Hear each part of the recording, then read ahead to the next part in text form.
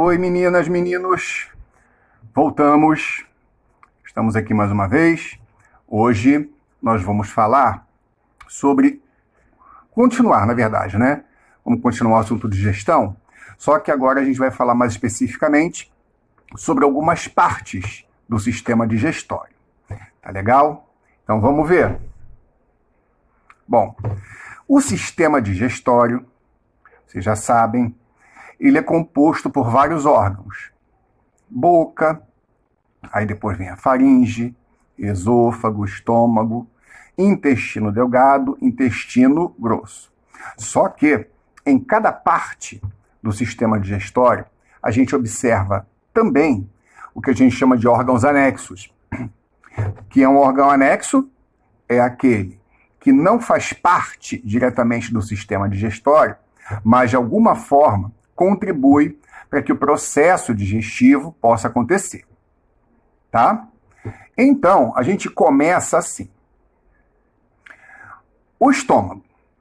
Ah, mas e a boca e tal? A boca tem as glândulas salivares, só que nós já falamos disso. Então, hoje a gente vai falar de algumas coisas que ainda não foram faladas. Por exemplo, no estômago. O estômago, ele contém um suco digestivo chamado suco gástrico. Esse suco digestivo, ele tem uma característica que é diferente, por exemplo, da saliva.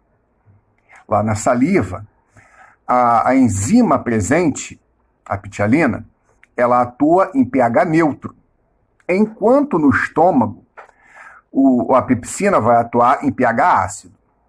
Só que o pH ácido do suco gástrico não é importante somente para que a pepsina possa agir. Então a gente fala assim, para que a pepsina possa agir, ela tem que surgir, só que nada surge do nada. Então, existe uma substância chamada pepsinogênio. O pepsinogênio não tem atividade. Ele não tem nenhuma atividade. Ele fica lá, mas ele não atua. Para que possa haver o surgimento da pepsina, existe um trabalho sobre o pepsinogênio e esse trabalho possibilita o surgimento da pepsina. Outra coisa, a gente fala que esse pH ácido, ele também tem uma função antisséptica, que é de eliminar micro-organismos, que podem entrar, inclusive, junto com o alimento. Não é uma coisa totalmente anormal.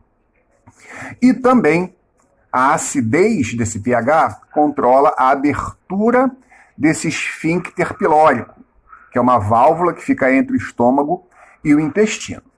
Então, como é que a gente pode visualizar isso? Repara o seguinte nesse desenho. Você tem ali uma representação da molécula de pepsinogênio. Olha bem para ela. Com a ação do pH ácido, existe um corte nessa molécula de pepsinogênio. Uma parte dela é retirada. Quando essa parte é retirada, surge a pepsina. Então, quando você vai olhando e vai lendo, né, essa legenda, você vê, tem ali um centro ativo. Só que esse centro ativo, lá no pepsinogênio, ele está bloqueado por essa parte, né, essa partezinha aí, meio verde, tá? É um pedacinho que está bloqueando o centro ativo. Quando essa parte é retirada, por ação do pH, o centro ativo, ele fica liberado para poder trabalhar. E aí, o que ele vai fazer? O que essa enzima faz agora? Digere as proteínas. Então, conversão de pepsinogênio em pepsina por ação do pH ácido. Aí é um exemplo de uma bactéria, um tipo de bactéria, que pode ser muito perigosa para a gente. E ela pode entrar, né, com os alimentos, com água, ela pode entrar no nosso organismo. Tá? O pH ácido mata essas bactérias, elimina essas bactérias. Então, quando ocorre a ação do ácido sobre a bactéria, tem a eliminação dessa bactéria. Isso é importante para evitar determinadas doenças. Não é só essa bactéria, tem outras. Essa aqui é só um exemplo, tá, do que pode acontecer. Então, não esquece, a ação do ácido elimina bactérias. Aí a gente chama isso de função antisséptica. Esse esqueminha é para a gente verificar a posição do piloro, né, do esfíncter pilórico. Está ali em azul, é a posição, né? Então tem o estômago, tem o piloro, que é o esfíncter pilórico, esse anel muscular. Depois vem o intestino delgado, ali, duodeno é a primeira porção do intestino delgado, tá bom? Repara que lá no começo, lá na parte anterior, inicial do estômago, tem outra corzinha, agora verde, que fala da cárdia, que é outra válvula. Então tem uma válvula lá no começo, na entrada do estômago, entre o esôfago e o estômago, e tem essa outra válvula lá no final, entre o estômago e o intestino delgado, que é a válvula pilórica. Então essa é a posição. O que acontece é o seguinte, quando a gente está produzindo suco gástrico, ali pertinho dessa válvula pilórica, ali do piloro, começa a se encher de suco gástrico ácido. E essa acidez faz com que a válvula pilórica abra. Então ela fica fechada e quando tem a acidez, a válvula abre. Abre para que o alimento possa passar do estômago para o intestino delgado. Aí a gente tem aqui, do lado esquerdo, a válvula pilórica praticamente fechada, não totalmente, mas né, praticamente fechada, tem uma abertura muito reduzida ali. Do lado direito, essa válvula pilórica bem aberta. Então, ela fica fechada, o alimento não passa. Aí, enche de ácido ali pertinho dela, ela abre para o alimento poder passar. Então, o suco gástrico, a acidez do suco gástrico, tem essas funções importantes. Ativação do pepsinogênio, a função antisséptica e o controle da abertura da válvula pilórica, do piloro. Outro órgão importantíssimo, o fígado. O fígado, ele tem um papel importante no processo de digestão. Por quê? Porque é nele que o suco biliar é produzido. Só que o fígado não faz só isso. O fígado é um órgão multifuncional. Ele faz outras coisas importantes também. Então, além de produzir o suco biliar, tá ali, ó, armazena glicogênio, tira substâncias tóxicas do sangue. Mas o que é glicogênio? Vamos lembrar. A nossa principal fonte de energia são os carboidratos. Mais especificamente, um carboidrato pequenininho chamado glicose. É a glicose que as nossas células usam para poder gerar energia. Só que não pode ter glicose demais circulando pelo corpo. Não é legal isso, né? Inclusive, quem tem esse problema, a gente fala, né? Tem uma doença chamada diabetes, tá? Bom, então, quando tem excesso de glicose no sangue, esse excesso é jogado para dentro do fígado e fica guardado lá. Só que não na forma de glicose, e sim na forma de glicogênio. Glicogênio é formado quando várias glicoses se juntam umas às outras. Muito bem. Então vamos dar uma olhadinha aqui na posição do fígado, só para a gente ter uma ideia. Então ali no abdômen, né, um pouquinho mais voltado para o lado direito. Então essa é a posição do fígado para a gente saber. Nessa outra imagem, a gente vê o fígado em todo, né? Repare que ele é dividido, não é dividido, mas ele tem duas partes, dois lobos. E ali embaixo, em verde, é a vesícula biliar. Então o fígado, ele produz o suco biliar, joga para a vesícula biliar, e a vesícula biliar joga no intestino. Então, esse processo que acontece frequentemente, a gente está sempre produzindo esse suco biliar, sempre sendo jogado para a vesícula biliar, para posteriormente ser jogado para o intestino delgado. Aqui é a história do glicogênio. Então, vamos lá. Lá dentro do fígado tem glicogênio guardado. Esse glicogênio é quebrado, glicogenólise, é a quebra do glicogênio. Tá? Então, a glicogenólise é a quebra do glicogênio. Joga os produtos resultantes dessa quebra no sangue. Quais são esses produtos? Moléculas de glicose. Só que também tem o outro lado. Quando tem glicose demais no sangue, essas moléculas de glicose são jogadas para dentro do fígado. E lá dentro elas se juntam para formar o glicogênio, que é a glicogênese. Então, a glicogênese é a produção de glicogênio. A glicogenólise é a quebra do glicogênio. Então, esse esqueminha, ele está mostrando para a gente como esses processos acontecem. Não como, tá? Mas mostrando uma sequência de acontecimento desses processos. Aqui, mostrando que o fígado, ele retira substâncias tóxicas. Ele trabalha, ele metaboliza substâncias tóxicas no nosso organismo. Então, essas substâncias tóxicas, elas podem ser diversas, inclusive remédio. Medicamentos em excesso, eles podem provocar problemas no nosso organismo, podem nos intoxicar. Então, o que o fígado faz? Tira essas substâncias tóxicas do sangue, trabalha nelas, transforma essas substâncias. E aí, agora, o nosso organismo ele já não tem mais esse problema de intoxicação. Claro que o fígado ele não consegue resolver tudo. Ele consegue resolver uma parte. Mas se a gente exagerar, por exemplo, no uso de medicamentos, ele não dá conta, ele não consegue ter velocidade suficiente se a quantidade de substâncias tóxicas for muito grande, né? For excessiva. Lá no intestino delgado em si, né? Boca, depois estômago, depois intestino delgado.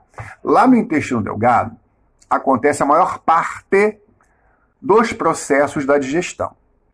Na boca é o amido, no estômago são as proteínas e no intestino delgado, amido, proteínas, lipídios e todas as outras substâncias. Então, no intestino delgado ocorre a maior parte da digestão. Além disso, depois que todos os processos da digestão são finalizados, a gente não tem mais moléculas grandes, não tem mais amido, não tem mais proteínas. A gente tem moléculas pequenininhas, que a gente chama de produtos finais da digestão. Vem a glicose, vem os aminoácidos e outros.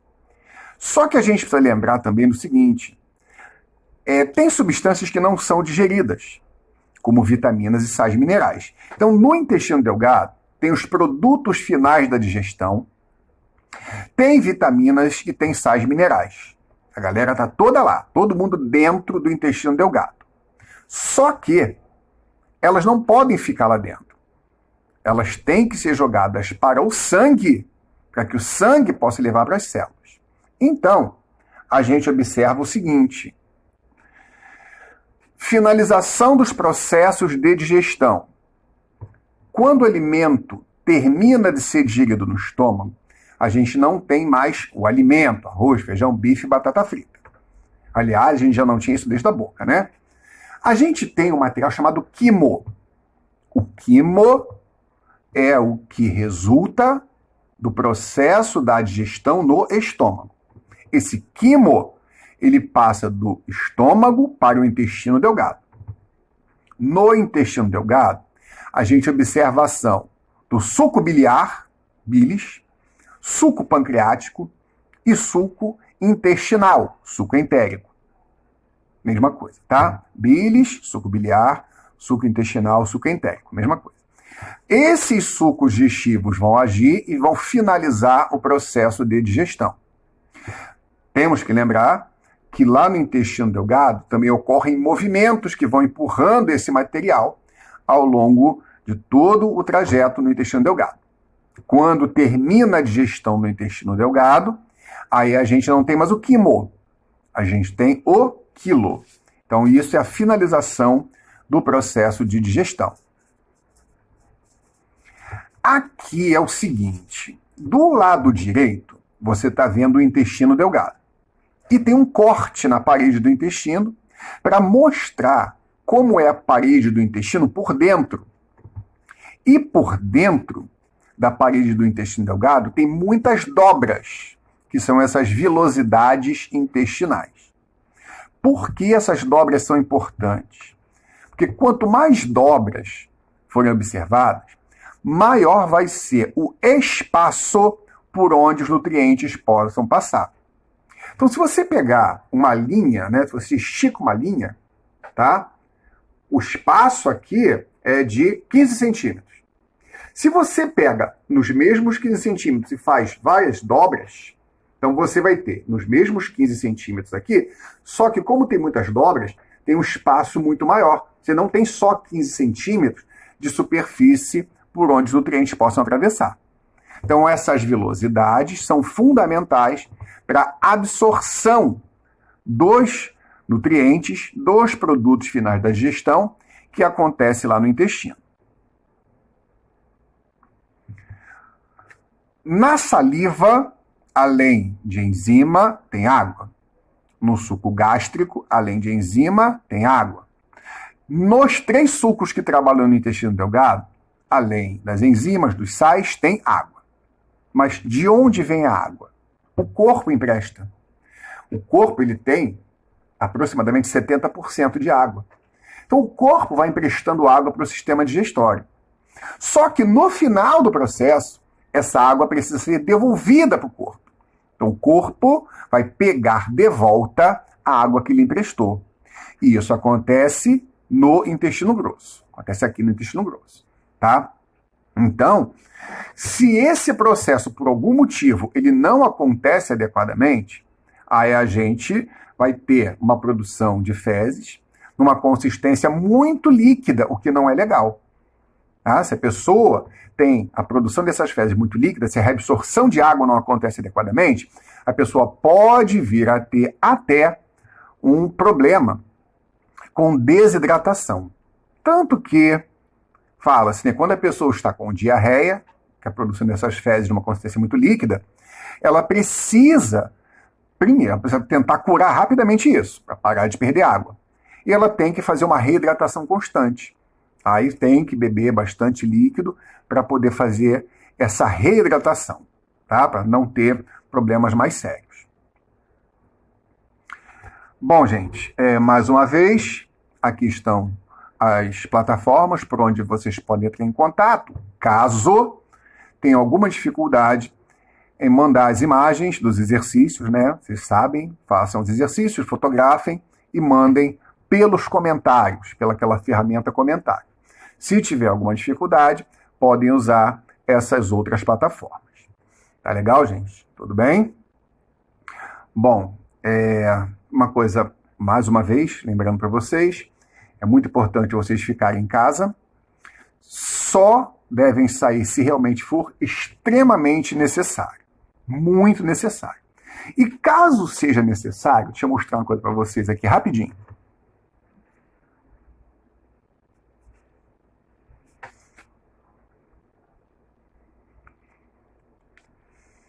Caso vocês realmente precisem sair, ó, nova peça do vestuário, deve fazer parte agora do vestuário, né, da galera. Então aqui eu estou colocando de qualquer jeito, só para mostrar, tá? Então, deve fazer parte do vestuário agora. A máscara. Então, no meu caso, eu tenho essa aqui, que estava mais à mão, peguei, eu tenho outras máscaras também, de outras cores.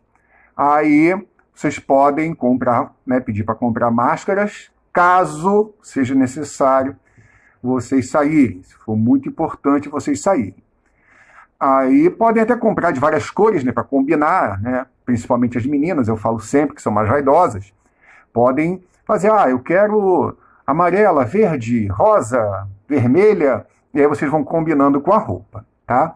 Mas é importante a utilização dessas máscaras, porque é uma proteção para todo mundo, para vocês e para as outras pessoas também.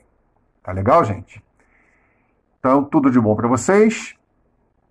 Por favor, mandem lá as imagens. Caso tenham alguma dúvida, também vocês podem mandar as perguntas pelos comentários. Tudo de bom para vocês. Bom feriado estão em casa, né? Mas feriado. Bom feriado, curtam bastante, aproveitem para ler, para estudar. Tchau, tchau.